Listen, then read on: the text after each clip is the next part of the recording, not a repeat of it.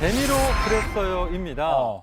이 도로에서 고개 운전을 하던 오토바이 폭주족이 제지하려는 순찰차에 폭죽을 쏘며 달아났습니다. 자, 붙잡고 보니까 모두 10대였고 대부분 고등학생이었습니다.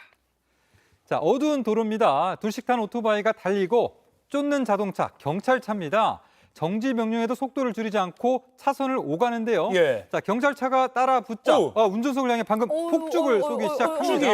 뭐야? 그렇습니다. 지금 불꽃이 유리로 날아들고 또 차체에 맞고 튀어 나갑니다. 지금 네. 경찰차 블랙박스인 거잖아요. 그렇죠. 폭주족들이 네. 경찰차에 폭죽을 쏘고 막 조롱하듯이 비틀비틀 뭐 고개 운전을 지금 하고 있는 건데 네. 와 제가 다 화가 납니다. 이게 굉장히 위험한 상황이잖아요. 그렇습니다. 지금 뭐 옆에서 차 갓길에 또 차들이 주차되어 있는 모습도 보이는데, 그러니까요. 자, 갑작스럽게 급정거를 해서 경찰차 앞을 막아서기도 하고요. 또 경찰차 한 대가 이제 추가로 지원을 나와서 두 대가 이렇게 나오니까 또 약 올리듯 위험한 운전을 이어갑니다. 자, 이러한 모습 20분 넘게 120차례 신호 위반과 또 중앙선 침범 등 무법 운전이 계속됐습니다. 당시 현장 상황 들어보시죠.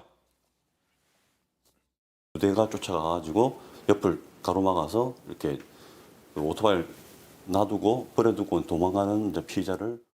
와, 지금 영상 얼핏 봐도 폭주족들의 수가 한 10명은 돼 보여요. 꽤 많아 네. 보이는데 저렇게 몰려다니면서 경찰까지 위협을 하다니요. 저러다 사고라도 나지 않을까 지금 네. 너무 그렇죠. 깜짝 놀랐습니다. 네, 체포하기가 쉽지 않을 것 같은데요. 네네. 네, 그렇습니다. 저렇게 좀 약 올리면서 달아난 이 폭주족 중에는 당시 현장에서 단 한 명만 붙잡을 수 있었습니다. 근데 경찰은 사고 위험 때문에 애들을 이렇게 쫓아가기만 하고요. 그러다가 결국 한 명의 오토바이 넘어졌습니다. 넘어지면서 한 명만 붙잡을 수가 있었고 이후에 통신 수사 등으로 7개월 만에 나머지를 모두 검거할 수 있었습니다. 어쨌든 결국 모두 붙잡게 된 건데 그런데 도대체 왜 이렇게까지 운전을 한 건가요? 경찰까지 위협하면서. 네, 이 폭주족 13명을 잡았는데 모두 10대였고요. 네. 이 중에 12명이 고등학생이었습니다. 자, 이들에게 너희들 왜 그랬냐라고 물어보니까 나온 대답은 재미로 그랬다였습니다. 아이고. 재미로 그랬다. 이렇게 네. 위험하게 무법 운전을 벌이고 재미로 그랬다라는 답을 들으니까 참 정말로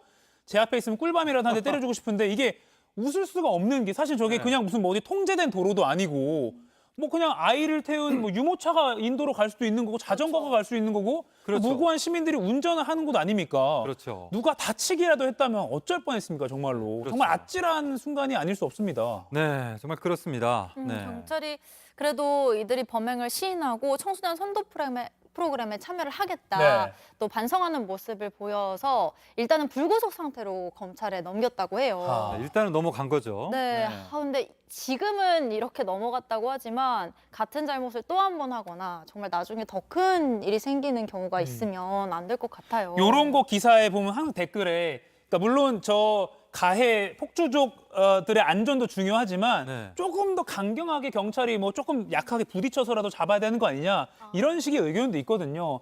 그러니까 조금 어떻게 보면 조금 제압할 수 있는 그런 기술적인 그렇습니다. 면을 또 좀 개발해야 되지 않나 그러니까 싶기도 요즘에는 하네요. 이제 경찰의 대응, 뭐 네. 강경 대응이란 말도 있지만 실은 예. 적법하게 대응을 제대로 해서 차후에 나타날 그 추가적인 그 폭력 사태를 좀 막아야 되지 않나라는 이런 의견들도 계속해서 많이 나오고 있는 그런 상황이죠. 네, 무고한 시민 행인이 다치면 안 되니까요. 그렇습니다. 알겠습니다. 네.